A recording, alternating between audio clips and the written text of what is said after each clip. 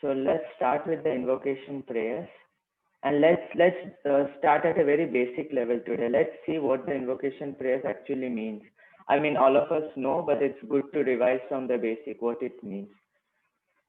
Om Jnanatimirandasya Jnananjanashalakayam Chakshurunmilitam Yena Tasmai Shri Gurave Namaha. Om Ajnana. What is Ajnana? Okay, we'll have little interactive today, so you can keep yourself unmute. It's okay. So what's Ajnana? Jnana means knowledge. Ajnana means lack of knowledge. So ignorance. So what does a guru do? Om Ajnana Timirandasya Jnananjala Shalakaya. So with the torchlight of knowledge, my eyes, which are blinded by the darkness of ignorance, what is he doing? Chakshur unmilitam yena. That means those eyes which are blinded by the darkness of ignorance, Guru is opening it with the torchlight of knowledge. Okay? Tashmai means that, Shri Guru Nama. I offer my respectful obeisances to Guru. Shri Chaitanya Manobhishtam Stapitam Yena Bhutale Swayam Rupa Kadamayam Dadati Swapadantikam. So Shri Chaitanya Manobhishtam. So Shri Chaitanya Mano, the internal desire of Shri Chaitanya Mahaprabhu, Abhishtam means he has set forward to fulfill that. Stapitam Yena Bhutale. So within this Bhutale, in this material world, he is establishing this. Who is that? Swayam Rupa Kadamayam. Dadati Swapadantika. So Swayam Rupa, so Srila Rupa Goswami Prabhupada is establishing within this material world the mission to fulfill the desire of Lord Sri Chaitanya. And Dadati Swapadantika means when will he give me the shelter unto his lotus feet. So now we are going across the parampara. Okay, so Vandeham Shri Gurun Shri Utapada Kamalam Shri Gurun Vaishnavamsha Shri Rupam Shagrajatam Shahagana Raghunathanvitam Tam Sajivam Sadvaitam Savadutam Parijana Shahitam Krishna Chaitanya Devam Shri Radha Krishna Padan Shahagana Lalita Shivishahanvitam Shah. So I offer my respectful obeisances unto the lotus feet of my spiritual master.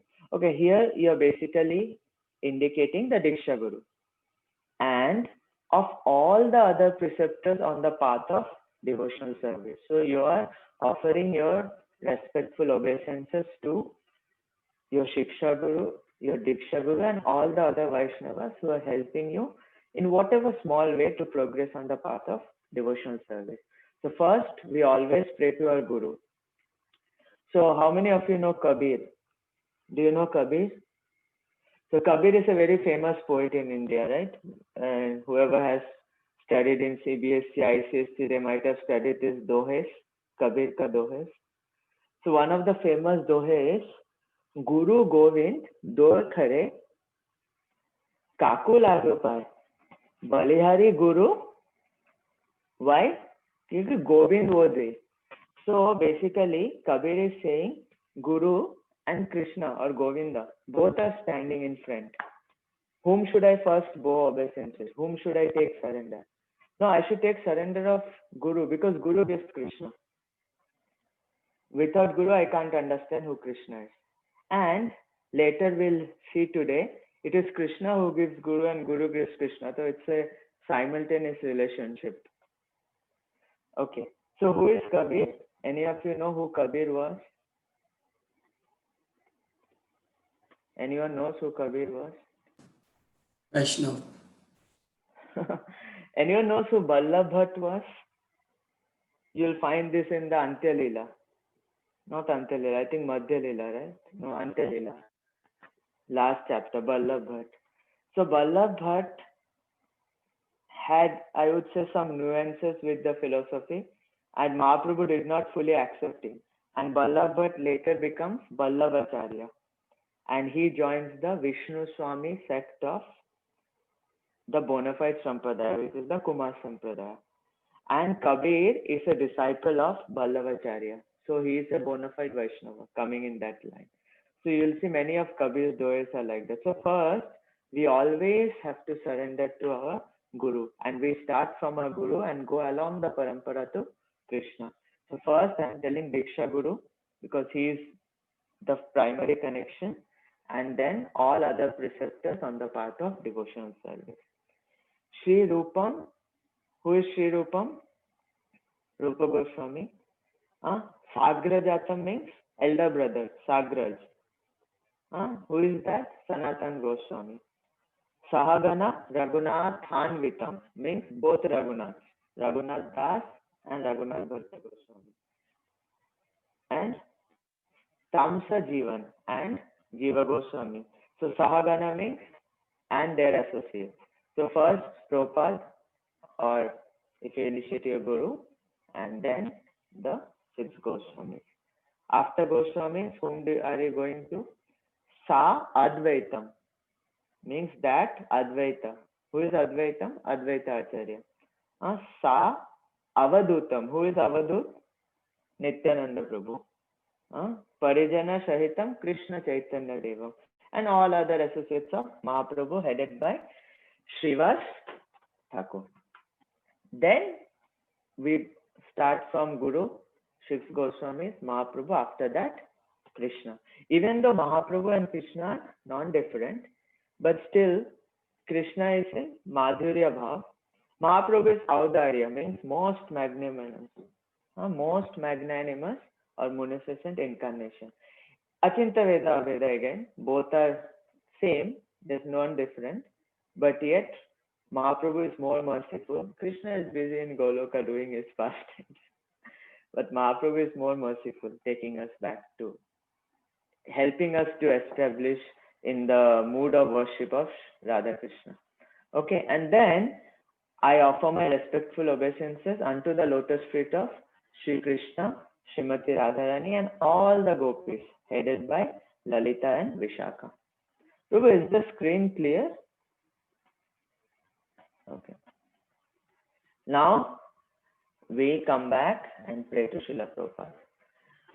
Namam Vishnu Padaya Krishna Presthaya Bhutale Srimate Bhakti Vedanta Swami Niti Namine Namaste Saraswate Deve Gauravani Pracharine Nirvishesh Shunyavadi Pashyata Deshatarine.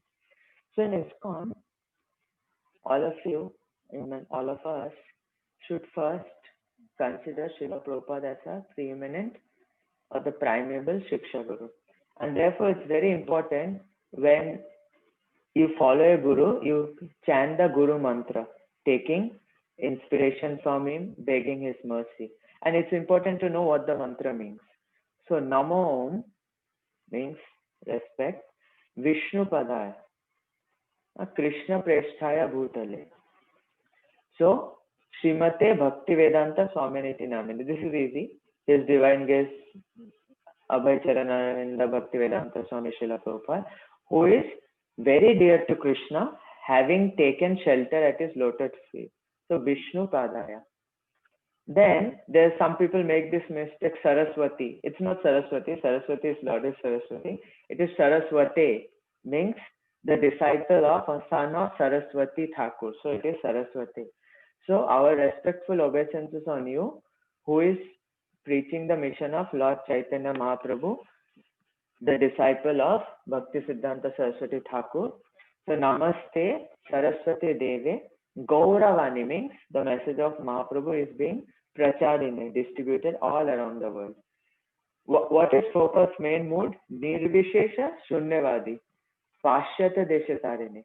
That means the Western philosophies of voidism and impersonalism is to be eliminated. So if you see every purport of Srila Prabhupada, it is totally addressed at,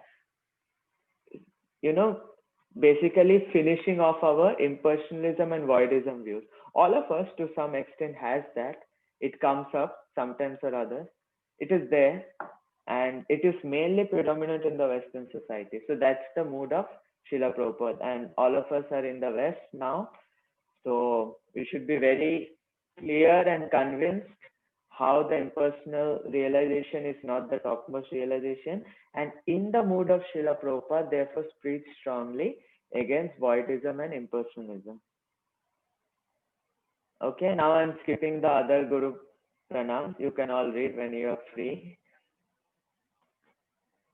And then we go to Mahaprabhu. Namo Mahavadannaya Krishna Prema Padayate Krishnaya Krishna Chaitanya Namine Gaurachashe Namaha. So the most munificent incarnation, you are Krishna himself appearing as Sri Chaitanya Mahaprabhu. You have assumed the golden color of Srimati Radharani and you are widely distributing pure love of Krishna. Panchatattvatkam Krishnam Bhaktarupa Swarupakam Bhaktavataram Bhaktakyam Namami Bhakta Shaktikam. Very important verse for us who are Gaudiya Vaishnavas. It's important to know who were these five, Panchatattva, because first always we chant Panchatattva mantra and then we go for Hare Krishna Maha mantra. So first you need to know who are the Panchatattva. So Pancha Tattva Atmakam Krishna means Atma means own, Swayam Krishna. Bhakta Rupam Swarupakam.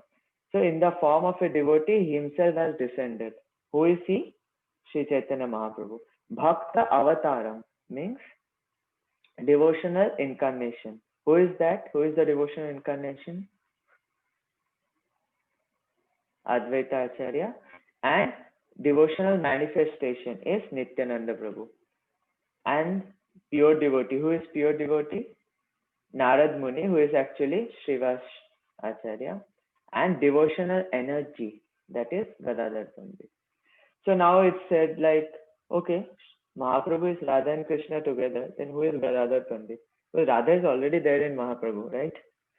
So it's said that Mahaprabhu is Radha and Krishna, yes, in the mood of separation of Vrindavan Krishna. Gadadhar Pandit is like a shadow of the Ladini Shakti. It's like a chaya. So he is exhibiting most features of the Ladini Shakti. So you will see the pastimes of Gaur Gadadhar very similar to pastimes of Radha Krishna in separation. And this, the highest form of Seva is the Vipralamba Seva, which is exhibited by Mahaprabhu. And then ultimately we go to the Supreme Personality of Godhead in its original form, Sri Krishna. He Krishna Karuna Sindhu Dina Bandhu Jagatpate Gopesha Gopika Kanta Radha Kanta Namaskate. So who is the primary guru, first guru, or the source of all gurus? Nothing but Swayam Krishna. Krishna is the source of all gurus. And Krishna himself is present in all our hearts as Paramatma, an expansion of Shirodakasha Vishnu. Now, the same Paramatma acts as Upadeshta and Anumanta. That means he is witnessing and sanctioning all our actions. So sometimes he may not like it, means you may not be doing according to the rules and regulations, but he is like, okay, what to do? Sometimes, as father, son does so many nonsense things, but father, okay, what can be done? So like that, Krishna is just sanctioning. But for a devotee, the moment you have a slight inclination that I want to know, search for absolute truth, or search for something higher, immediately from the core of your heart, Krishna gives the first indication. If you have seen most disciples of Srila Prabhupada who have continued in the movement till now, if you have read their biographies, all of them, went looking for a guru. Not that actually guru came and showered everything on their head, come, 100% done, now you're in. No, they were actually searching. And Krishna from inside the heart gave them the indication. As their search went deeper, as their interest, as their faith, as their the strong desire to find the absolute truth, to search for a guru intensified, Krishna slowly revealed them as per their desire. So Krishna is the Param Guru present in our heart, and it's also called Chaitya Guru. So that is who first tells us or gives us indication of the guru. That's why you can go to DT and pray if you haven't decided on your guru that please show me. Krishna reciprocates. So we discuss now one type of guru, which is the Chaitya Guru. Next type of guru is Vattama Pradakshana Guru or Patha Pradakshana Guru, one who shows the way to devotion. Those are basically those who introduces us to devotion.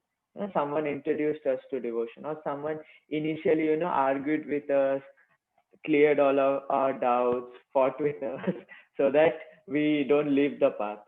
So he actually showed you the path of devotion. It may not be a person. Sometimes Vattana Pradakshana Guru may even be an object or through some other means. Okay, so that is Vattama Pradakshana Guru. Then you have Shiksha Guru. So it is said Shiksha Guru is basically a manifestation of Radha Govind Dev. So if you know, there are three things. What are they? Sambandha, Avideya, and Prayojana. Sambandha means connection. So who provides the connection? The connection provider guru is called the Diksha Guru. Diksha Guru provides the connection. So that's why Sambandha means connection or relationship. So he connects you with the Parampara.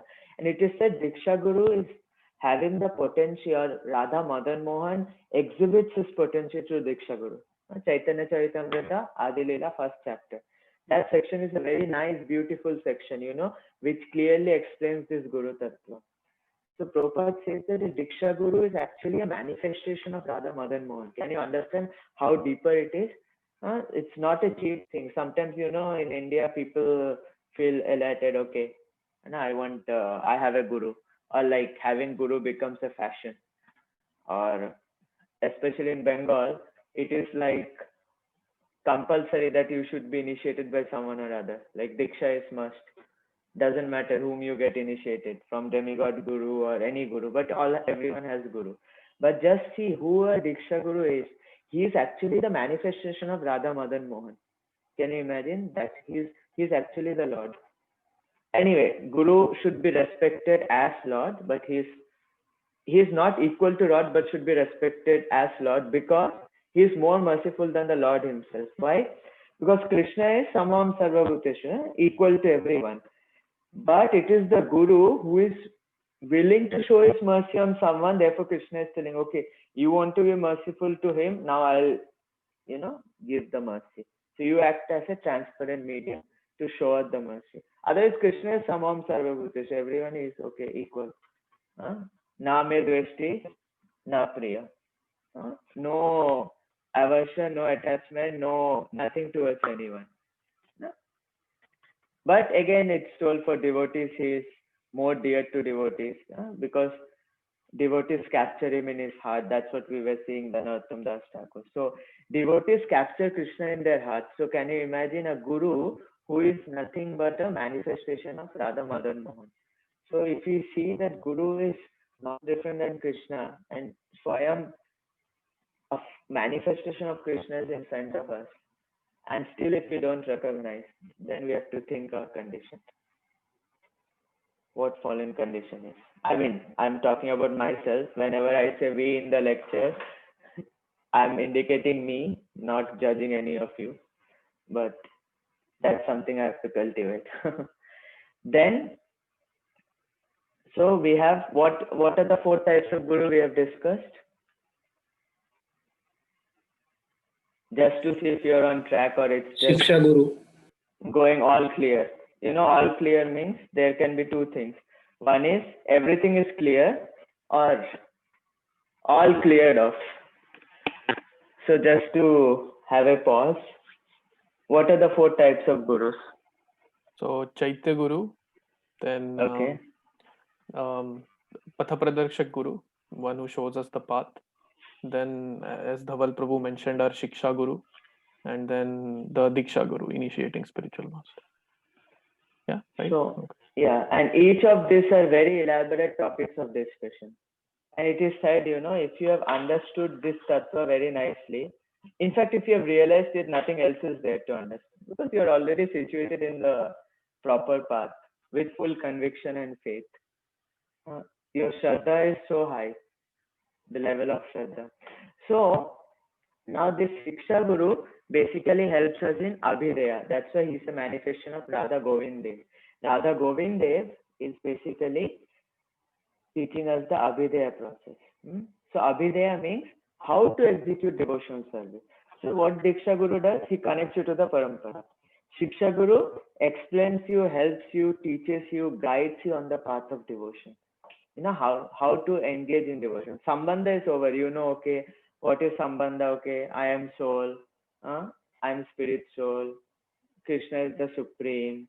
What is the relation between me and Krishna? All this is done. Now knowing that, what do? Sit quietly, Mayavadis? No, you have to, therefore knowing this, you have to execute devotional service. So one who involves you in execution of devotional service is basically Shiksha Guru. And a Shiksha Guru is a real Shiksha Guru, an ideal Shiksha Guru is thought to be a manifestation of Radha Govind Dev. Okay, so Sambandha and Abhidaya. And then, so that's why, and also you know that Krishna is our most highest well-wisher. That's a, you know, friend of the distressed, Dina Bandhu. Sometimes we miss that. We go and Krishna, why is this happening with me? You know, even if death is happening, it is to be known that it is also for our own good. Because you never know the plan of Krishna. Actually, surrendered in that form to Krishna, then Krishna will guide you in the right direction, having that full faith. One of the great qualifications of a disciple is Asha Bandha, means hope against hope under all circumstances. Having the great hope that my Guru will guide, take me back to what? Back to Godhead. Okay, having that confidence. And then finally, we pray to Srimati Radharani. Sapta Kanchana Gaurangi Radhe Vrindavaneshwari Vrishabhanu Shute Devi Pranamami Haripriye. Okay. So why do we pray to Srimati Radharani? Everything is there. Why Radharani? Who is Radharani basically? Radharani is actually whenever Krishna wants to enjoy, he expands as Ladini Shakti. His Ladini Shakti. And so Radharani is, though he is an energy of Krishna, she is an energy of Krishna, but she is the topmost devotee. And without Krishna accepts service from actually Radharani. And therefore all the gurus are actually a servant of Srimati Radharani. And you should have this faith that my Guru Maharaj is an associate of the gopis of the Vrindavan. With that faith, you know, when we offer prasadam, you tell like Krishna, take prasadam, Krishna is taking happily. What is that verse? Patram pushpam phalam toyam yo me bhakta prayachate.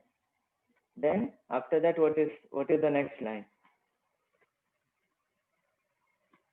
Hare Krishna, anyone? Tadaham bhakti upaharitam, Prabhuji. Asnami prayatasmana. So it is devotion. And if you see in the Prabhupada, Krishna accepts from pure devotee. And then Baladev Vitabhushan and Vishnu Chakravarti Thakur says, oh, he accepts unless one is purified, he doesn't accept. Then you might say, okay, then what is we are offering to Krishna? Krishna is accepting? No. Our mood is, in fact, I would encourage you all to go back and read the purport. It is very nice. And also the purport of Vishnu Chakravarti Thakur. Our mood is we offer to a Guru and beg our Guru to offer it to Krishna. Because having that confidence that our Guru is an eternal associate of the gopis of Vrindavan who are serving Srimati Radharani, who is serving Krishna.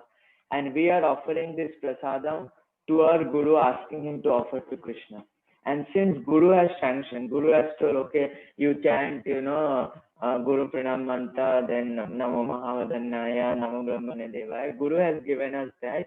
So Krishna is telling, okay, Guru, my associate, my very dear devotee has told, if this someone follows under my guidance, I will accept the prasadam. Okay. So Therefore, for everything approaching Krishna, we need Guru. Otherwise, it's very difficult.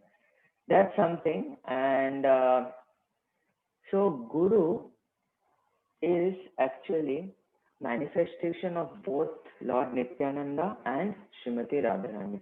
How?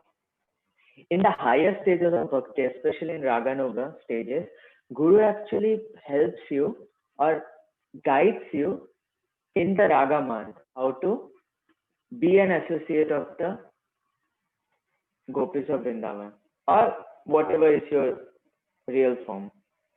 Now, ultimately, you are basically serving through the Gopis to Radharani to Krishna. And in the initial stages, when you are in Shraddha, Sadhu Sangha, Bhajanati, Anarthana Vidhi, Guru is acting on behalf, or is actually a manifestation of Balaram or Nityananda. He is giving the bal, he is pulling you through those stages. So who is Balaram? So now we discuss Radharani is the Radhini Shakti, pleasure Shakti. Balaram is the Sambit Shakti or Sandhini Shakti. Okay, so Lord has three Shaktis. What are they? Sat, Chit, Ananda, right? Similarly, eternity, knowledge, and happiness, blissfulness, or the Ladini Shakti. So it is said that the level of advancement, to the level till which a Guru is advanced, to that level, the Sambit Shakti of Lord Balaram flows through him. Okay, and this, in the initial stages of the bhakti, provides us bal. Bal means power, impetus for us to carry through. And in the higher stages, once we go to the Raga marg, Guru actually acts as an associate of Srimati Radharani, helping you how to engage in the proper service of Krishna. Till then, we are in Dasya mood. We are in Dasya mood till we go to that form. So, what are the qualifications of Guru? A very, very, very, very intense topic. It's discussed in many places. Yeah. There is this verse in Upadeshamrita. We were having these sessions. What was the first verse? Anyone remembers? Vacho vegam manasakrodha vegam jiva vegam udarupastha vegam etan veganyo vishahita dhira sarvanapi mam pritivim shikshat. So one who has controlled these 6 urges is fit to accept disciples all around the world. First qualification, first cross check. Second, nectar of devotion. Prabhupada explained, a guru should be well established in the Shastra. He should know the conclusion of the Shastra, not that he need to know every Shastra, all Vedas, all Upanishads. No. He should know the conclusions and present the conclusion in a conclusive way to you. He should be able to present it also. And therefore, it is called Sabde Parecha Nishnatan. What is Sna? Sna is the word for bathing, right? Bathing. Nishnata means totally immersed or absorbed in what? Shabde and Pare. Shabde means the Sabda Pranam or the Shruti, and Pare Ishwar. So one who is completely or totally absorbed in the absolute truth, who can give you the absolute truth. And he should properly have the manifestation of the Jnana part, just like we discussed, the knowledge potency of the Lord, and he should be well established in Krishna. Is this enough for a guru? Basic? Is this enough? Or, I'm just discussing the basic requirements of guru. There are much more things. This is like basic, you need at least this parameter should be there, then I can accept as a Shiksha Guru. We can see, Guru is a manifestation of Lord also, but it's the ability, the potency, the advancement that a Guru himself is, till that level only he can pull you. If a Guru is a Madhyamadikari, intermediate, then he can only pull you to that level. If he's in a higher platform, he can pull you till that level. So, Mahaprabhu says the highest platform, just by seeing someone, if you feel like chanting the holy name, that's the highest. That's just by seeing him, you feel, I want to chant the holy name. Anyway, so is this two basic qualifications sufficient, or some more things are required? I mean, I'm just talking about the minimum basic qualifications of Guru. There are more, but that one should have controlled the six urges, one should be fixed in the absolute truth, and know the shastras conclusively. Is this three enough? Because I see some people are dozing off, so I'm asking. Are these three things enough? Yes or no? Yes, Prabhuji. I think We are missing the most important point. He should be connected in a bona fide sampradaya, and he should also have a bona fide guru who is connected in a bona fide sampradaya. So these three things are the basic things that's required. And the level or extent to which a guru is connected to his guru, he can give you the transfer the potency. And when you accept a guru, it is not just the basic things, okay, some basic instructions we are doing.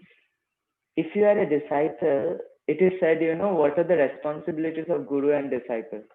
So mostly we focus on guru, but we miss the other part, disciple. It is said that the both guru and disciples will investigate each other for 3 years. I'm not telling like judging. It's not judging. We have to use our intelligence and discriminating power. This is said in multiple places. Harinam Chintamani, it is there in the third offense. It is said in Hari Bhakti Vilas. It is said in multiple places that a guru and disciple should properly discriminate, investigate. I mean, not investigate, should be convinced by a disciple, should be convinced by his intelligence that my guru, and the guru also should properly examine the disciple before accepting that. Now, if in your heart you're looking for something really higher, Krishna will direct you to the proper guru. In your heart, in your conviction, you want sense gratification also, you want this also, you want that also. And with that mood, if you approach, then many times you may get a guru, and then we don't know, because it is said that for different classes of people, there are different classes of guru. But that guru who can give you the ultimate truth is the highest, and he can take you back to Godhead. So it also depends upon what is our desire in the heart, and accordingly Krishna directs us to a guru. And that should not be out of sentimentality or same caste, same religion, or something that I like, or looking favorable to me. All those things are not parameters of selecting a guru. But from the disciple side, it's important for a disciple to know the mood of a guru, to understand, to realize, to follow the mood of a guru. Different gurus have different moods. So disciples should, it should come naturally and spontaneously try to understand what is the mood of the guru and go in that direction. Okay, now I will pause here, and I'll give you some very nice references which you should all go through. And after that, we'll discuss Samsaradava. Is it okay? All sadhus, babas, pandits, bhakts, mahabhagavats. With your permission, can I proceed, or we'll stop here? Okay. So, can you see my screen, Prabhu?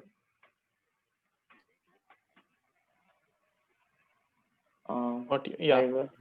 Now we can. Okay. This is a very beautiful book, very elaborate book.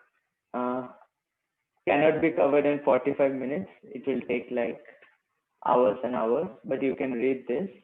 This is Spiritual Master and Disciple, a founder Acharya of Krishna Consciousness. This is all the quotes that Srila Prabhupada has told about who a guru is, how to select, and what are the divisions of a guru tattva. And this has been compiled by ISKCON, after we went through a very difficult period. Then this has been compiled as a guideline for the ISKCON Disciple course.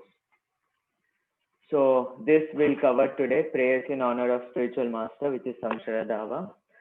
And you'll also find key verses mentioning why you need a spiritual master, who should be a proper spiritual master. And Krishna is saying, consider spiritual master non-different from me. See, such verses are properly mentioned. Okay, and then how a spiritual master is a manifestation and a representative of Krishna. Then what is the absolute necessity of accepting a spiritual master? And then what are the qualifications of a bona fide spiritual master? Once we discuss this, now we are going into different subdivisions of the Guru Tattva. That is, who a spiritual master is, what is the principle of parampara, what are the qualifications, characteristics, and duties of a disciple, and finally, why should we take initiation? Or basically, what commitment we need to have to take initiation. There are two Vedis, Bhagavad Vidhi, Pancharatrika Vidhi. So we have to know what Vidhi we are following, why we are following, why it is required, why to take initiation, why initiate. Yeah, our Sampradaya is a Shiksha Sampradaya, but yet Diksha is absolutely necessary. Why? In detail it has been explained. So you can go and read this book. So this is, I don't know whether you'll get this copy or not. This is Spiritual Master and Disciple. And while I was searching, many gurus in ISKCON, multiple people have asked me to read this book, including Kadamakanan Maharaj. So this is a very important book, 233 pages, but it is fast and it's very deep. So I would ask you to read that.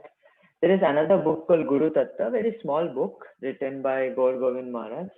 He wrote this after, many ISKCON, GBCs, those times were going through difficult phases. So how to understand such situations. Like we saw, one of the sections of the Guru Tattva is when does a Guru fall down, or why does a Guru fall down, and how to safeguard against that.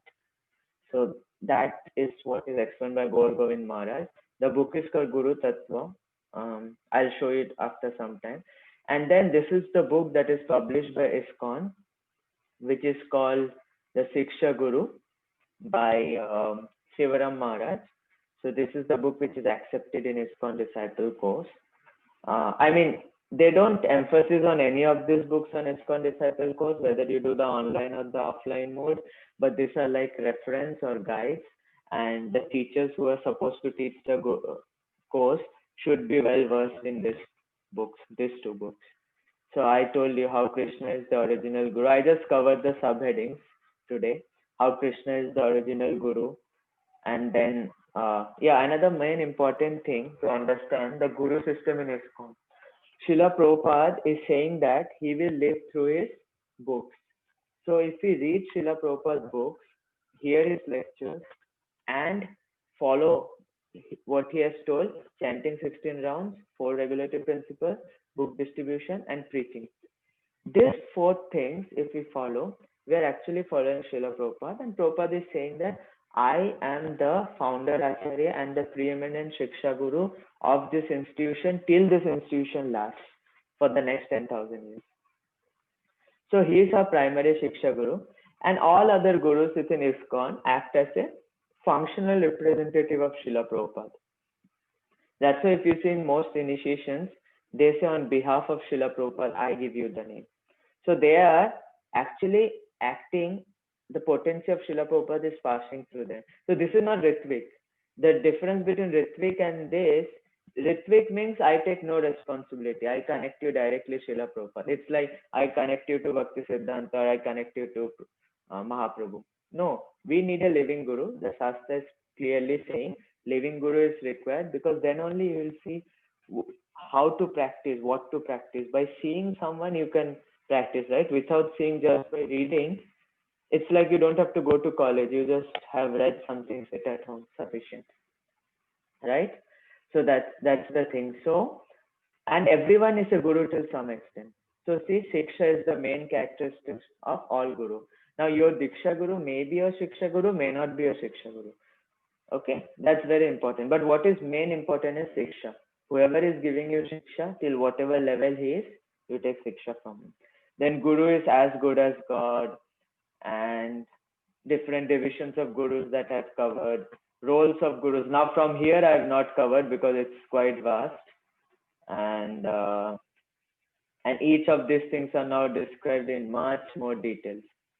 Okay, I've just given a summary conclusion to you. Hope it helped.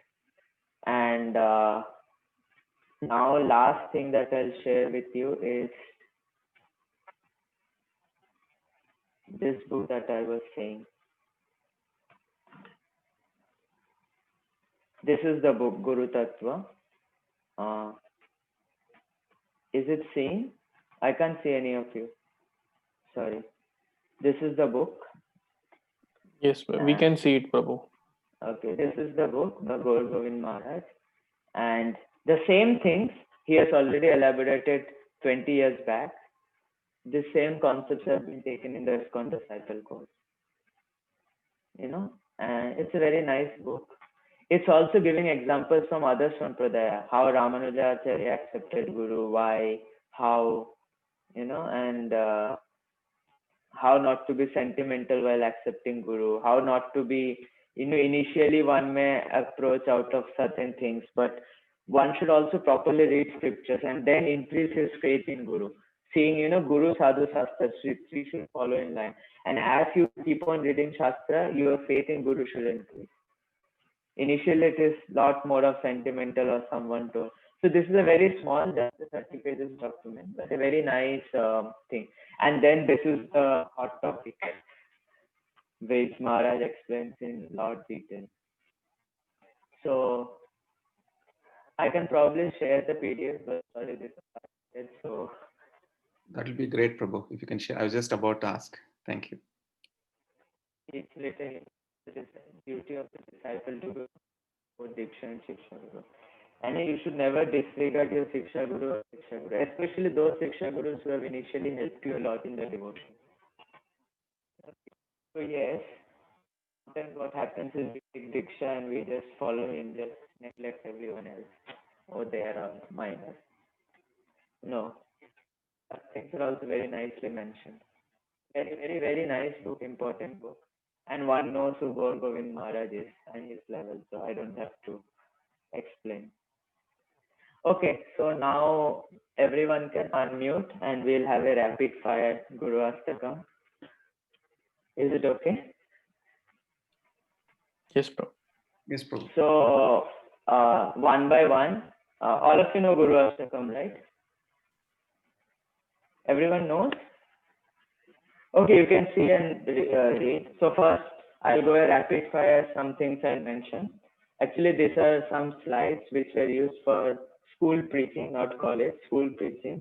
So I felt that for me, I need to be first grounded in the basics because sometimes forget the basics after some time.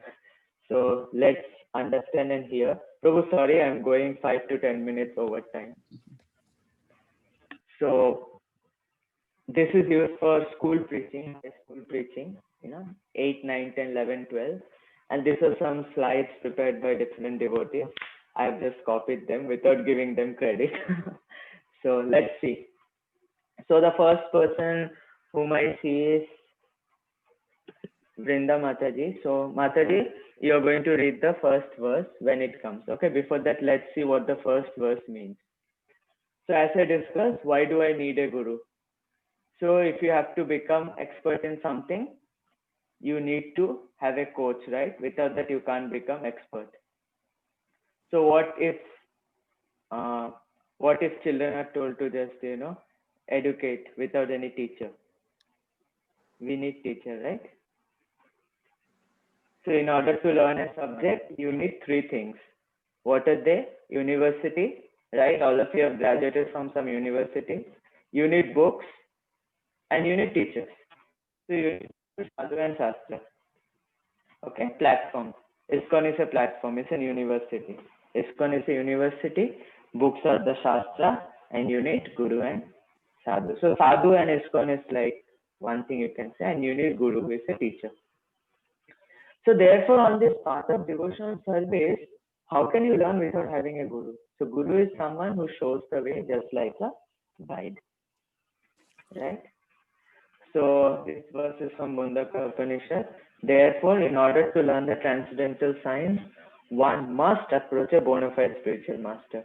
And who is a bona fide spiritual master? I mentioned the three primary qualities of a bona fide spiritual master. That he must be coming in disciple succession, he is fixed in the absolute truth, and he should be able to control the six urges. So what does the word guru mean? Those who are good in Hindi Vyakaran, guru means heavy, right? Guru. It's another synonym for heavy. So the qualified guru must be heavy or grave with knowledge. So that is what guru means. Guru also means, gu means deep ignorance, and ru means who radiates the deep ignorance with spiritual knowledge. Sorry, is the PPT clear? Okay. Yes, Prabhu. Very clear. So if you want to meet the Prime Minister, can you knock his door and get in? No, they'll kick you out, right? So you need appointment with his secretary. Similarly, if you want to go to Krishna, you need appointment with his secretary or an associate of the gopis who is your spiritual master.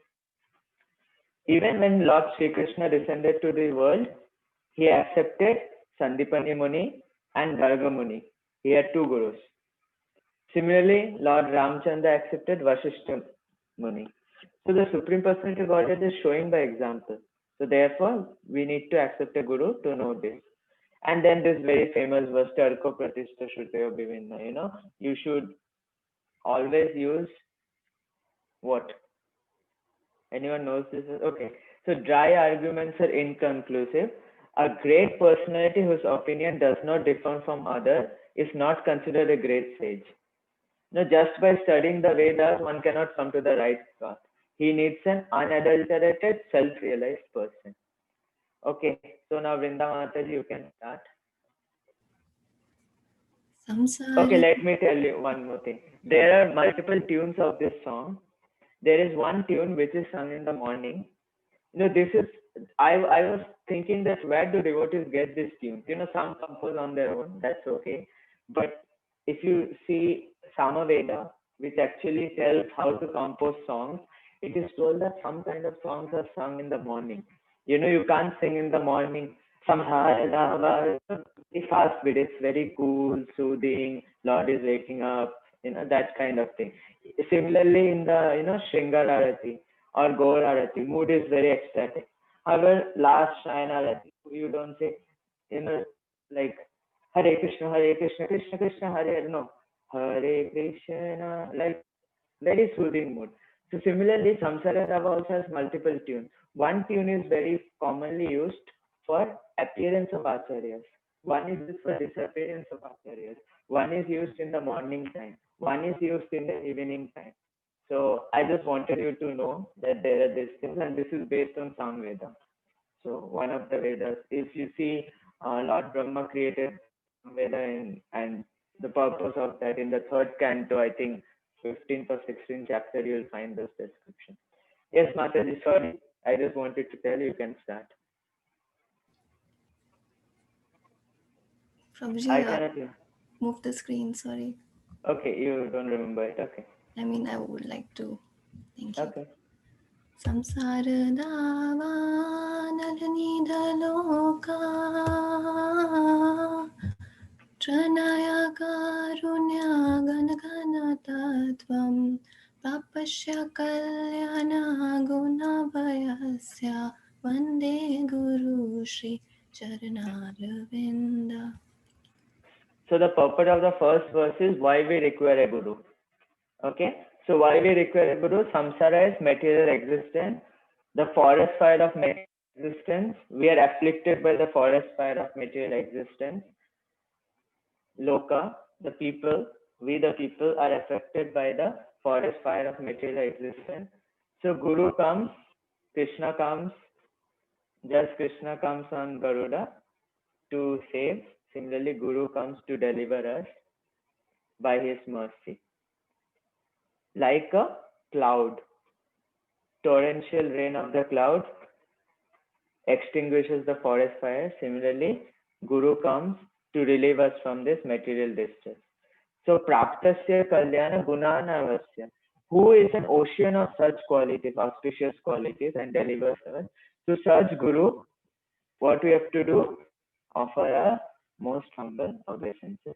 So this is the first verse. Now I'll go much more rapid fire. Just the purport. Second verse. So what's different between demigod worship and Vaishnav? Most of you know the three modes of nature: goodness, passion, ignorance. So, and different people pass away in different ways based upon the consciousness in which they are situated. So now if you see, why do if you surrender to Krishna, you're automatically surrendering to the ultimate person. So the lower things are taken care. It's just like, prime minister, and you have different other ministers, and then the government executive. So demigods are like the government executive. Okay, but if you are directly surrendering to prime minister, I mean directly you're in touch with prime minister, do you need anything else? No, right? So that's the basic thing. So these are like prime minister is the supreme lord, and these are like the other demigods. And if you please the supreme lord, all the demigods are automatically taken care of. So okay, now very important thing. So demigods are functioning under supreme personality of Godhead, just like all ministers are functioning under the prime minister, right?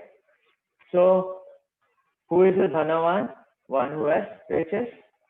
Who is the Vidwan? One who has knowledge. Who is Bhagavan?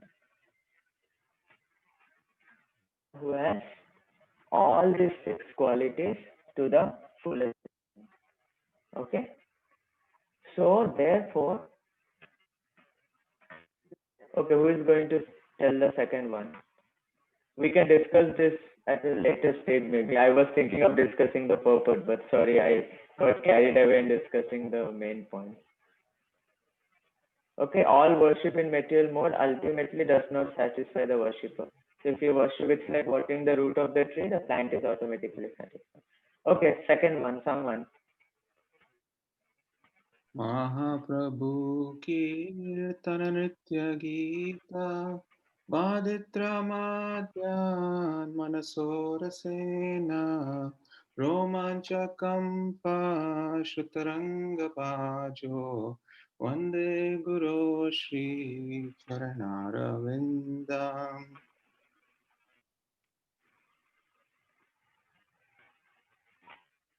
Sorry, this is some other verse. So that's why I was saying, this is Yasya Prasada, Bhagavat Prasada, Yasya Prasada, Tiputopi. So it is like, if you directly surrender to Krishna, what happens? You don't have to surrender to the demigods, right? Similarly, if you see, it is said, Yasya Prasadam, Bhagavat Prasadam. By his mercy, you get Lord's mercy directly. So you are directly surrendering to Lord. But Yasya Aprasadat, without his mercy, there is no means of advancement. Just like if you go to demigods, temporary results, fall down, that's it. No chance of going to the highest thing. So that was the purport of this verse. Sorry, this is the 8th one, I just missed it. Yes, Jitendra Prabhu, I can. So. What, third one? Yeah.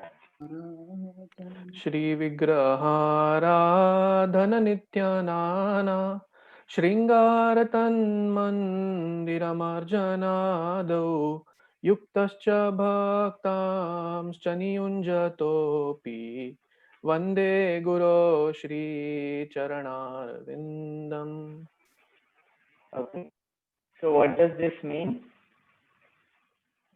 Shri Vigrahara of the deities, always worshipping the deities with various kinds of clothing and ornaments in the temple, cleaning the temple. So what is this telling us? Guru is teaching us Abhideya, who engages all his disciples and is always engaged in this process. To that Guru, I should offer my most humble obeisances. So if you see, so that's the thing. So the Guru basically teaches us the Abhidaya potency, or how to engage in the service of the Lord. That is the purport of this verse. Okay, next, Vishal Prabhu.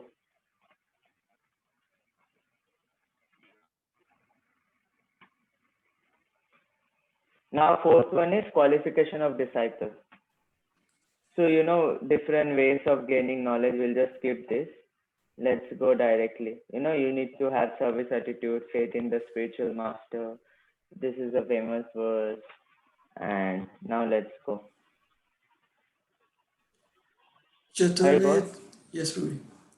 Chaturveda Shri Bhagavad Prasada Swadav Anna Triptanari Bhakta Shanghan Kriti Veva Triptim Bhajata Sadeva Vande Guru Shri Charanaravinda.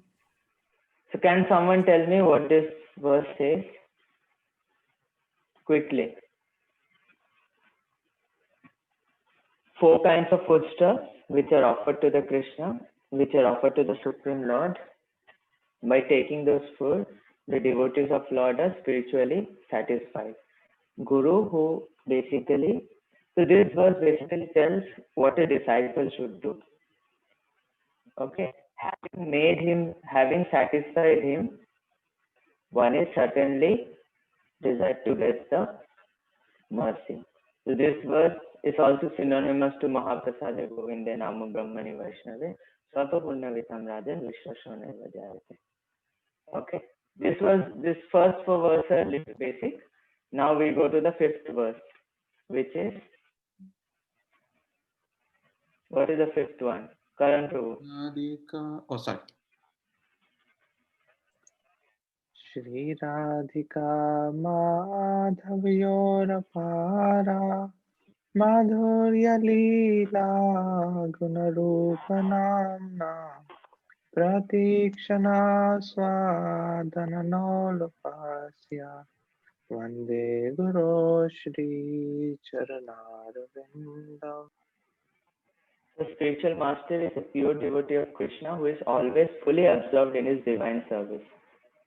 Okay, that's why he's a close confidant of the Lord, and that's why he can engage us in the divine service. So this is what the 5th verse meant. Okay, the 6th one. I can see Vinay Prabhu. निकुंजयूनो रत्तिकेली सिद्ध यायालिभिर्युक्तिरपेक्षणीया तत्राद्रिदाक्षादतिवल्लभस्य वन्दे गुरो श्रीचरणारविन्दम्. So Ahara Nidya Bhayam Maitunacha. These 4 are there by animals also. So what's the difference between animals and human beings? Is dharma. Okay. So and how to execute this dharma is being explained here. Can someone read this? Hare Krishna. The spiritual master and Krishna are 2 parallel lines. The train on 2 tracks moves forward. The spiritual master and Krishna are like those 2 tracks. They must be served simultaneously. Krishna helps one to find bona fide spiritual master, and bona fide spiritual master helps one to understand Krishna. If one does not get bona fide spiritual master, then how can he ever understand Krishna? You cannot serve Krishna without the spiritual master, or serve just the spiritual master without serving Krishna. They must be served simultaneously. So clear? Can the train run on one track? No, you need both the tracks for the train to run.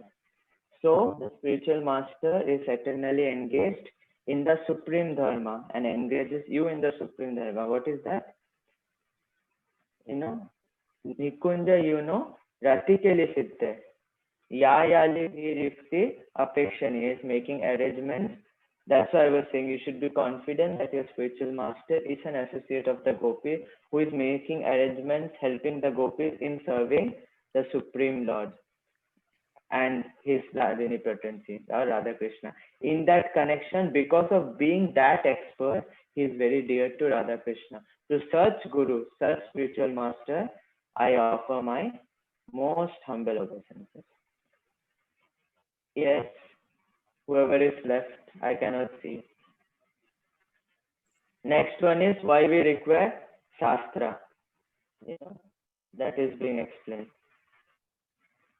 साक्षाद्धरित्रेण समस्तशास्त्रे युक्तस्तथा भागतैव सद्भिः किन्तु प्रभुर्याप्यैव तस्य वन्दे गुरो श्रीचरणरविन्दम्. Last one we have already discussed. Yasha prasadan bhavasya sadho Yasha prasadan nagati kutoki Dayantu bhangsasya yashasi sandhyam Vande Guru Shri Charanarabindam Vande Guru Shri Charanarabindam Vande Guru Shri Charanarabindam Vande Guru Shri Charanarabindam Vande Guru Shri Charanarabindam. Thank you for giving me this wonderful opportunity to speak in front of such an exalted audience. I haven't understood the Guru Tattva. I have basically very minute qualification to even tell this, but I just tried to share. And please forgive me if I've told anything wrong. Any suggestion, comments, accusations, allegations, corrections, all are welcome at this point. And yeah, whomever I can see on the screen are senior to me. There are seniority is defined by multiple ways, 4 ways mainly.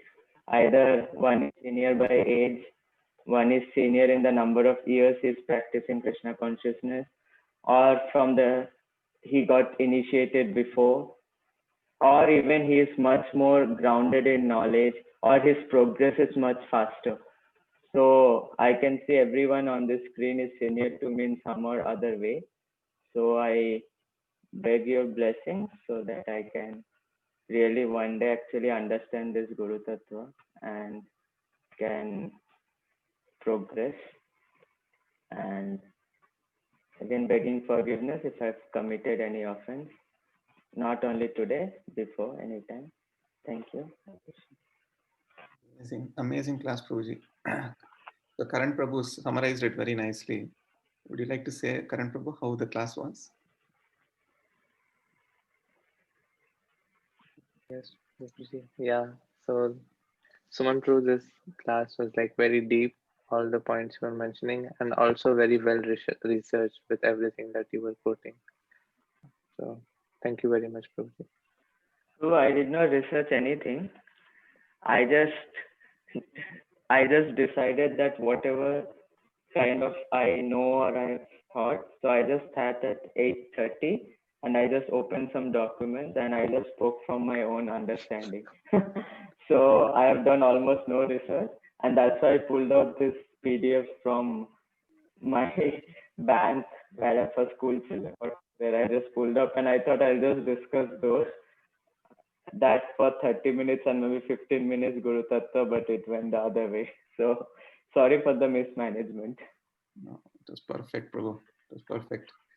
So you don't have to research because you have that Guru Tattva in your heart. You've taken Guru Ashraya so nicely, so seriously. So you don't have to research. For people like me who are very rational, I mean, I have to do a lot of research before I speak. But for you, it's so natural. It's like flowing with devotion. So you don't have to. No problem. Actually, when I first spoke for the first time, my Shiksha Guru told that don't prepare. I was like, what? Then he told, see, if you prepare, when do you prepare? You prepare when you don't know. Then you prepare. Correct. You can revise whatever you know. And if you prepare, that means you're trying to learn something which realization is higher than your own realization. Yeah, if you have to present to a community and you're just quoting as it is from Prabhupada or the Acharyas, then you have to prepare because you don't know and you're quoting. But otherwise, if you like, it's like exam, right? You don't prepare the day before the exam, you revise.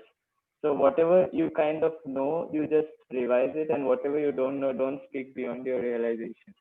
So that's something it, unless you're giving some seminar, or you don't know something and you're asked to speak, so you read something from Prabhupada's purpose or other things, and then you quote 100 verses, because what he told me that it will be knowledge, not devotion then, because it will be effective only when you speak what you know, not, or you tell I'm quoting from directly. So both ways help. So I just followed his advice. He told me many years back. So that was what I just followed. So whatever I understood, I just said, and I'm sorry it may be wrong, and my minute understanding is not so clear, but at least in my level, I hope it could make some sense. And as I told, this tattva is very vast, and especially after the disappearance of Bhakti Charu Swami, we had very detailed discussion of these things. So the understanding much more deepened. But yeah, we can go on for like days and months discussing this. So I just brought out the most important point which I heard, and yeah, we can have some very short discussion, maybe 5-10 minutes. And like Jitendra Prabhu was telling practical advice, you can tell more, Prabhu, because I don't know. You were telling to suggest practical steps. I cannot. No, I Yes, mean, Prabhu. you did cover, right? You did cover the briefly the qualities of disciple and all. I mean, for Yeah, us, practical, that is what would be practical, right? What do something that we, yeah. what should we have as disciples or aspiring disciples? Sometimes we focus too much on Guru. Who is the Guru? How is the Guru? How well qualified is the Guru? Is the Guru able to? But we miss the other part. Unless the disciple is well qualified, or the disciple is up to that, he cannot well receive the mercy. It's like just like a bucket with holes. Hmm. So True. mercy is flowing. It's not that the mercy is not flowing, but do I have the ability to capture that mercy, or I'm stagnated, saturated? I'm not allowing any more mercy to get in, penetrate. So the qualities of a disciple is also as important as the guru in the Guru Tattva. And the guru disciple relationship is a very, very intricate thing, because it's guru, the disciple should have conviction and faith that the guru can take me back, and even the guru should have that he will be able to take back. That's why if we see the Upanishads, Upanishads start with both guru and disciple to Lord, so that through each other there is a connection in the heart, and the knowledge can be passed as it is and received as it is. So in many Upanishads, I've seen the starting. This prayer is there. I just forgot. I was just involved in one of the Upanishads, and I was seeing such prayer at the starting. So I also heard in other Upanishads it's there. So So I especially like the way you break up the Sanskrit and explain. That is really a nice understanding. Especially personally, I like that a lot. The initial part that you did, Om Agyan, some things I did not know. It was nice to know those things actually. So it was really beautiful. Some anecdotes, though, I want to share some anecdotes. So long back, one devotee shared this with me. We know that story of Sugriva and Vali, right? Ram is hiding behind a bush and he kills Vali, right? So the story goes like, so everything is decided. Now Sugriva knows the qualification of Ram, right? So the way Ram proves his qualification is by shooting an arrow that pierces the 7 planetary systems and comes back, And Radhanath Maharaj does a very nice sound of that. I still remember in one of the Kartik Yatras. So one devotee was sharing. So so everything was decided. Okay, Sugriva will call out Vali. He'll challenge him to fight, and then Ram is behind a bush. He will shoot the arrow and kill Vali. And now Sugriva goes and challenges, and Vali comes and starts fighting. Now he starts fighting, and then they are fighting with each other. Sugriva is waiting, when is Ram going to shoot the arrow, but Ram is not shooting the arrow. Somehow he somehow escapes from there, comes back in the hiding and says, Ram, why didn't you shoot the arrow? And then I don't exactly remember the conversation, but then what happens is, at that time something happens by which Sugriva humbles himself in front of Lakshman, and then Lakshman, he puts a garland on Sugriva, and then Sugriva goes back and then challenges Vali, and then Vali comes and Ram shoots the arrow. So I think this happens the second day. First day they just fought, and the second day this garland thing happened. So the understanding is Lakshman, Balaram, Nityanand Prabhu, all these are like Guru Tattva, part of Guru Tattva. So unless, till Vali did not get the mercy of Guru Tattva through Lakshman, when Lakshman garlanded him, he could not get the mercy of Ram, right? So that is one way to, I found it really nice that, wow. So the importance of Guru Tattva. Another way, qualification of Guru. I don't remember which Prabhupada disciple that was, but in one of the, I think it was a TV interview or something, some news reporter.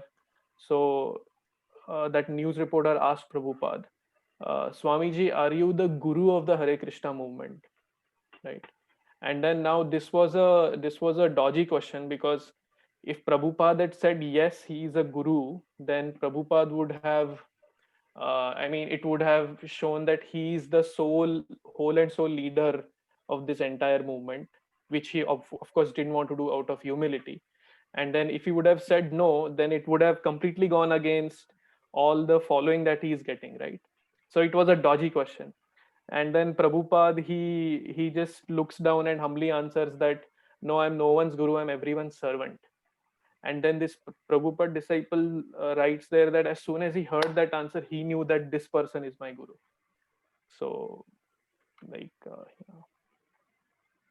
Guru should be it is said that our mood is Gopi Bhattu Pada Kamala Dasanu Das. Carrying that mood, personification of that mood is Guru. And Prabhu, I think finally Prabhupada, when he told my deity should be installed in every temple, some Prabhupada disciples were bewildered. What, Prabhupada is so humble and so down? How can he think that my deity is like mera puja karo? How can he say, my deity is going to install? But then they understood, and Prabhupada also saw that I am going to remain the preeminent Acharya for many years. So therefore, generations after generations will have that connection by seeing me. That's why I do Guru Puja to Prabhupada. I know in front of the reporter he did not say, but this was later in his final days. And in many ways, we see any ISKCON temple you go in the world, it says International Society for Krishna Consciousness founder Acharya, His Divine Grace A.C. Bhaktivedanta Swami Prabhupada. So actually Prabhupada mandated that. So the reason to mandate that was everybody stays connected and everybody stays under the shelter of Prabhupada in a way, because Prabhupada's own spiritual master, he had seen in Gaudiya Math, when you lose focus on the Acharya's teachings, what happens. So yeah, but that's a different topic altogether. But Prabhupada didn't want that to happen, so he wanted everybody to stay united under his name. So that is something good for our own spiritual life. So till we are connected to Prabhupada as his disciples or grand whatever disciples, we are it's for our benefit. So it's not that Prabhupada did these things like DT and putting his name under every ISKCON temple just to prove his supremacy, but it's for us actually. That's my understanding. So, yeah. Thank you so much, Jitendra Prabhu. Those were very, very valid points. Anybody else? I just want to tell one pastime of Srila Prabhupada, which brings out this point of compassion. with one of his disciples, very, very close disciples. So if anybody wants to speak anything else, you can speak now, and then I will end with that pastime. Nitya Mataji, you want to say anything? Yes, thank you. Hare Krishna Prabhuji. Sorry, my voice is not okay. I have a sore throat. It's a very beautiful class, like Jitendra Prabhu was saying. I really love those Mangalacharana things. The explanation of Sanskrit verse by verse. It was really even words by word. It was really wonderful to hear every single breakup of the entire verse into multiple, like. Like going in details of everything. In every single point was like, sometimes it's a refresher. It's always good to have, these refreshing, classes, and also hear some, new points also, stick. So yeah, I mean, really wonderful, preparation. Even though you said it's not a preparation, it's a revision. But definitely, it's really beautiful to see how you've put together all this and presented it, in a way that we can all digest and understand and realize. So it's really beautiful. Yeah.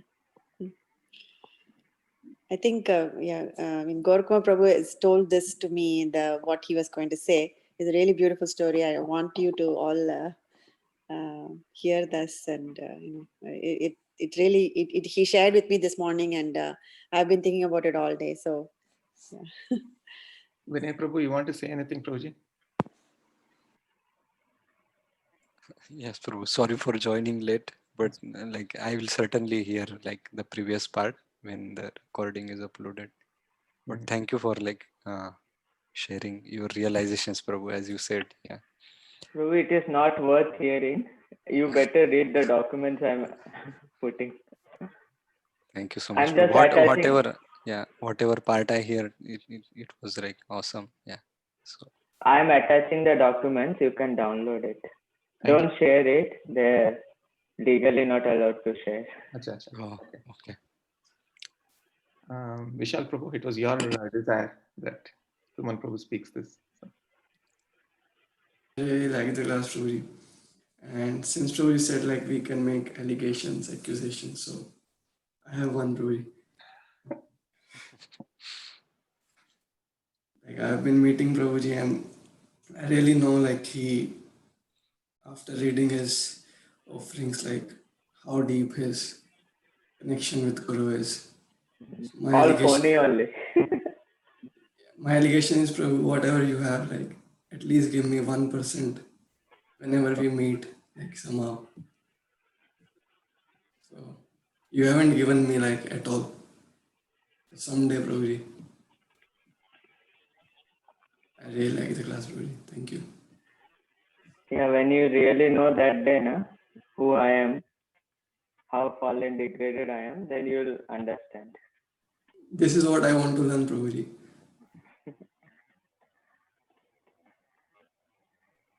Dhavalji, do you want to say something? I have no words, Prabhuji. It was so amazing. Like I wasn't knowing about the meanings of these whole pratna and also, and it was like my first time reading through these all words, and also it was great to learn about that. Thank you so much. Yeah, perfect. Very well put. Yeah. So I'll just, it's already 10:30. I'll just quickly mention this pastime and then promise we'll end after that. So this is, so as we all know, Srila Prabhupada came on the Jaladuta, right? So the same Jaladuta, two Americans boarded after Prabhupada landed. The same Jaladuta that went back to Bombay, two American devotees boarded, and they were Keith and Howard. So they were looking for a guru. So they went to India, to Mumbai, looking for a guru. Then they spent some time in India looking for a guru. And both of them were not satisfied with what they saw. So they came back. They came back to America. And then they were roaming around in the Bowery. And then they saw Srila Prabhupada at that time. And I'll focus on Howard. So Howard immediately came running to Srila Prabhupada and said, "Oh, are you from India?" Then Prabhupada said, yes, I am from India. How do you know? And then he said, we came back from India. We were not happy with our findings, and we hope to take shelter of a guru here, like that. And then Prabhupada says, I'm giving class in 26th Avenue Monday, Wednesday, Friday. So why don't you come? And then Prabhupada did not trust that they would come. So Prabhupada actually walked them to 26th Avenue and showed them, see, this is the place. My class starts at 6 p.m. So please make sure that you come. So, and then they, of course, went, and then they immediately got attracted to Srila Prabhupada, and they decided that he's going to be my guru. And of course, they were initiated, and then their names became Kirtanananda Maharaj, Kirtananda Prabhu at that time, and then Hayagriva Prabhu. Howard became Hayagriva Prabhu. So I'm going to focus on Hayagriva Prabhu in this small pastime. So Hayagriva Prabhu, when Srila Prabhupada asked, what is your profession? He said, I'm an assistant professor.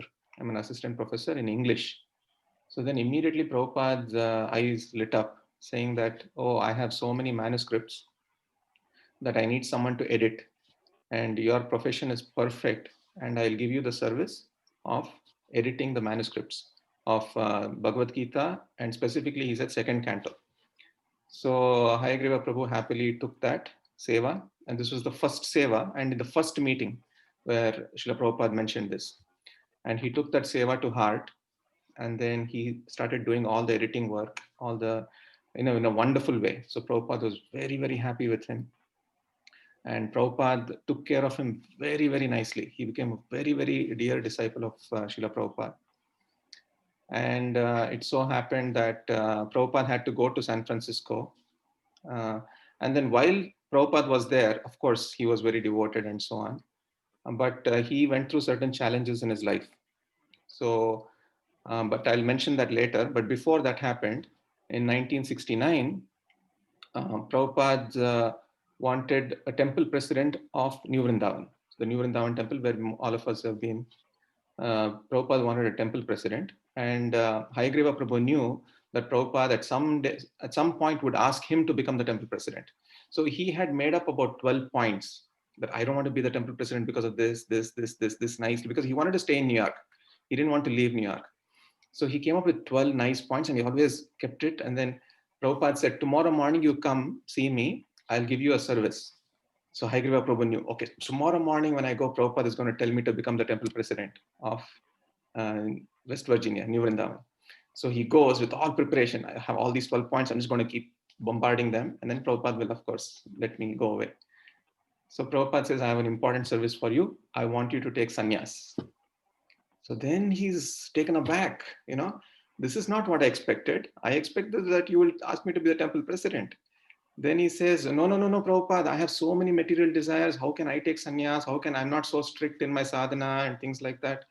Then he says, no, I'll do anything, but not take sannyas. Then Prabhupada says, no, be the temple president of New Vrindavan. So immediately he accepted. Okay, Prabhupada, I'll take it. I'll become the temple president. So this happened in 1969. Please remember this pastime because we'll come back to this later. So then, as I mentioned, Prabhupada went to the West Coast. And then at that point, Hayagriva Prabhu had a fall down, in the sense that, so what happens is our previous conditionings keep coming back to us even after we become devotees. Our previous bad conditioning come back to us. So he was not able to follow the 4 regulative principles. He fell down multiple times because of his temptations, and he struggled a lot. And so he completely left ISKCON, completely left the movement. But Prabhupada had Hayagriva Prabhu always in his heart. Okay, so whenever he would see anybody, he would ask, where is Hayagriva? Where is Hayagriva? Because all these devotees who had joined initially, like Satswarup Maharaj, Jayadvait Maharaj, all of them were very close to Hayagriva. So Prabhupada was asking, where is Hayagriva? Where is Hayagriva? So later on, in 1975 or 74, I don't remember the exact year, Prabhupada was in Hawaii. And then somebody told Prabhupada that Hayagriva, your disciple, is somewhere in Hawaii. So then Prabhupada becomes very eager to see him. So he says, somehow bring him here. So then Hayagriva Prabhupada at that time, he was wearing karmi clothes, shirt, pant. He had a beard. There was no tilak. Everything was gone. But still, because Prabhupada called him, he came. And then immediately, as soon as he saw Prabhupada, he felt so much love in his heart And then he touched Srila Prabhupada's feet and put it to his head. And then immediately Prabhupada did not want him to go away. He said, I have some more manuscripts, but because you are my first editor, I want you to continue editing. He immediately gave him a seva. And the other people there were even thinking, how can you give this person the seva? Then Prabhupada said, no, when none of you were there, he was there for me. He was my first editor. He was the one who did this amazing seva. So I want to give him the seva. And then of course, Hayagriva Prabhu took that seva and executed it perfectly. Okay. But then again, he had a fall down. Again, he left ISKCON completely within a year or so. Completely, again, the temptations caught over him. His conditionings came back. He completely left. Then, as we all know, Srila Prabhupada left this world on November 14th, 1977. It is noted that even in the beginning of November, Prabhupada was asking everybody, where is Hayagriva? Where is Hayagriva? Can you find him? Has anybody seen him? Then everybody had put their heads down because they had not seen Hayagriva. So then after Srila Prabhupada passed away, of course, Srila Prabhupada did not see Hayagriva anymore. 12 years later, dear devotees, so 1977, Prabhupada left the world. 1989, somebody told some Srinaji Prabhu. So some of you may know Srinaji Prabhu. He's N.D. Desai. Of course, he's not here anymore. So Srinaji Prabhu came to know that Hayagriva Prabhu is in Goa. As soon as he heard that, he immediately went to Goa and started looking for him. And Hayagriva Prabhu was, in the beach, they put these boats inverted. Have you seen? Just to dry them, they put the boats inverted. So Hayagriva Prabhu was under one of those boats and he was taking rest. So Srinaji Prabhu found him and then he said, wow, this is Hayagriva Prabhu. So please come. I want to take you back to the temple and so on. And Hayagriva Prabhu says, I'm in a lot of pain right now. My lower back is hurting a lot. And but I came here to enjoy, but somehow this pain is there. I'm not able to even enjoy in Goa. So then Srinaji Prabhu says, don't worry about your pain. Just come with me to Bombay. We will completely do all the diagnosis, everything, and then we will take you to the best doctors and all of your pain will go away. Are you all following so far? Is it okay? So then Srinaji Prabhu took Hayagriva and went to Bombay. And then they did all the tests and then they found out that he had 4th stage advanced cancer. Okay. And there was no way that he would survive. He would leave this world in a few weeks. And they also found that there was a big lump at the base of his spinal cord, which was actually spreading. So, and because of that, he was going to get paralyzed, waist down. So waist down, he became completely paralyzed also. So then Radhanath Swami meets him for the first time. Of course, Radhanath Swami knew the whole history of how much Prabhupada loved Hayagriva Prabhu, everything. So then Maharaj asks him that, do you have any regrets? Do you have any regrets at all? Please share with me. Then Hayagriva Prabhu, with tears in his eyes, he says, I have no regrets. I have no regrets that I have cancer. I have no regrets that I'm going through all these pain. I have no regrets that, I completely in Maya, everything. He completely shares that.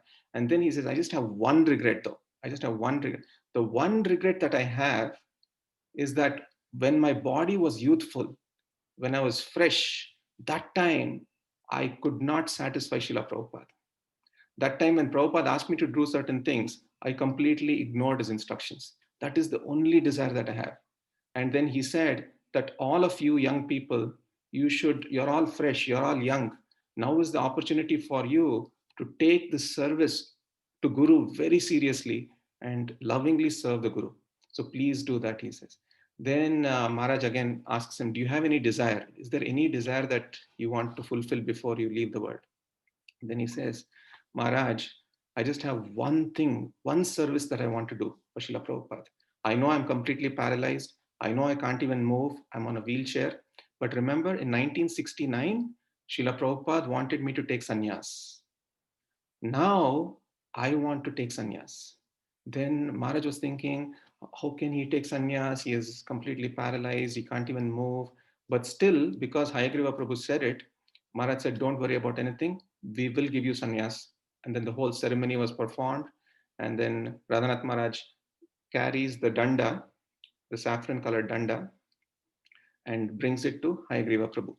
So while Hayagriva Prabhu is seeing that saffron colored danda, through the danda, he sees Srila Prabhupada. So then he starts weeping, he starts crying, holding the danda, he starts crying, and then he says, Prabhupada, Prabhupada, I miss you so much. And then this is the one thing I wanted to do for you, Prabhupada, and today I'm able to fulfill that desire. Thank you so much for making this happen.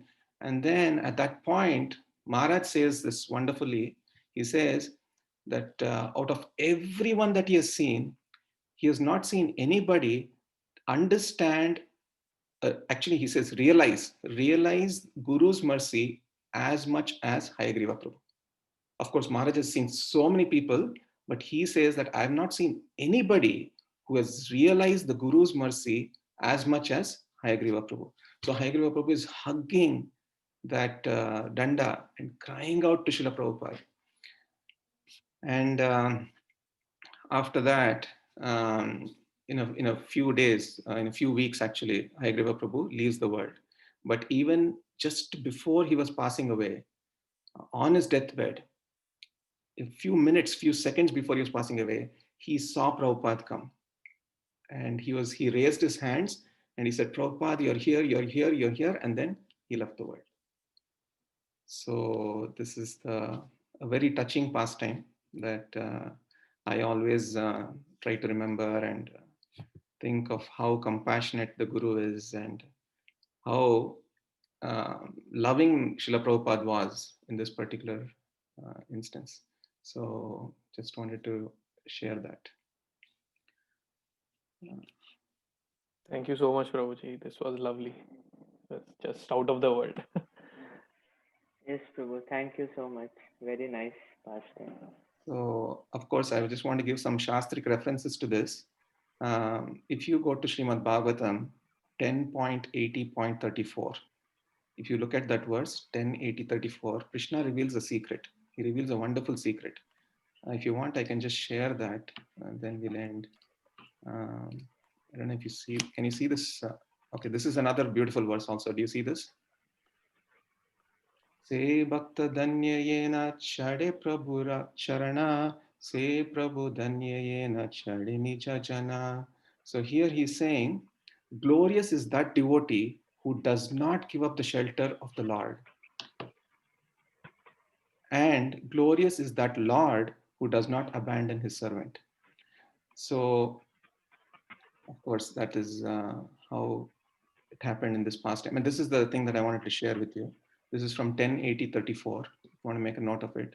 So here Krishna is saying, Krishna himself is saying, I, the soul of all beings, am not as satisfied by ritual worship, Brahmanical initiation, penances, or self-discipline as I am by faithful service rendered to one spiritual master.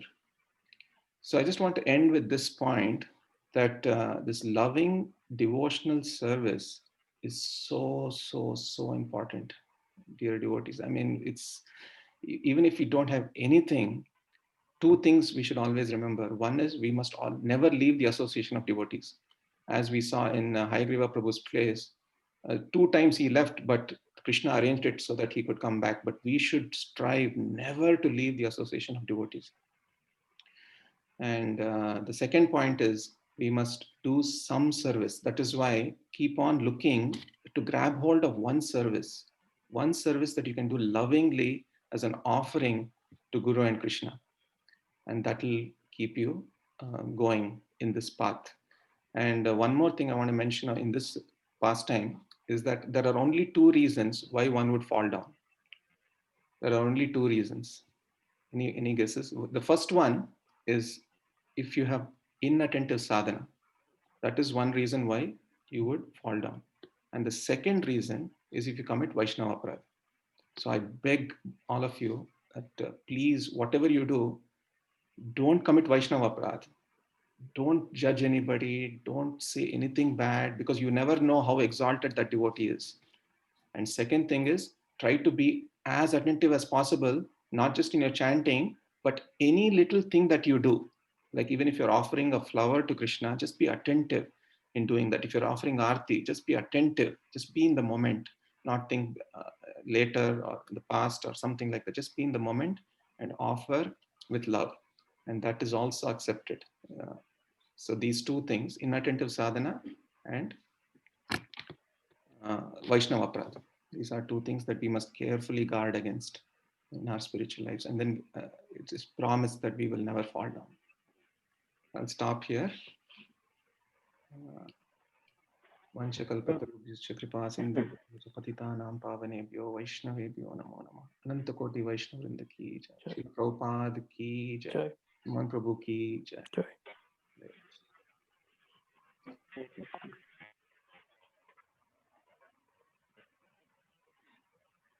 Go next week, Karan Prabhu.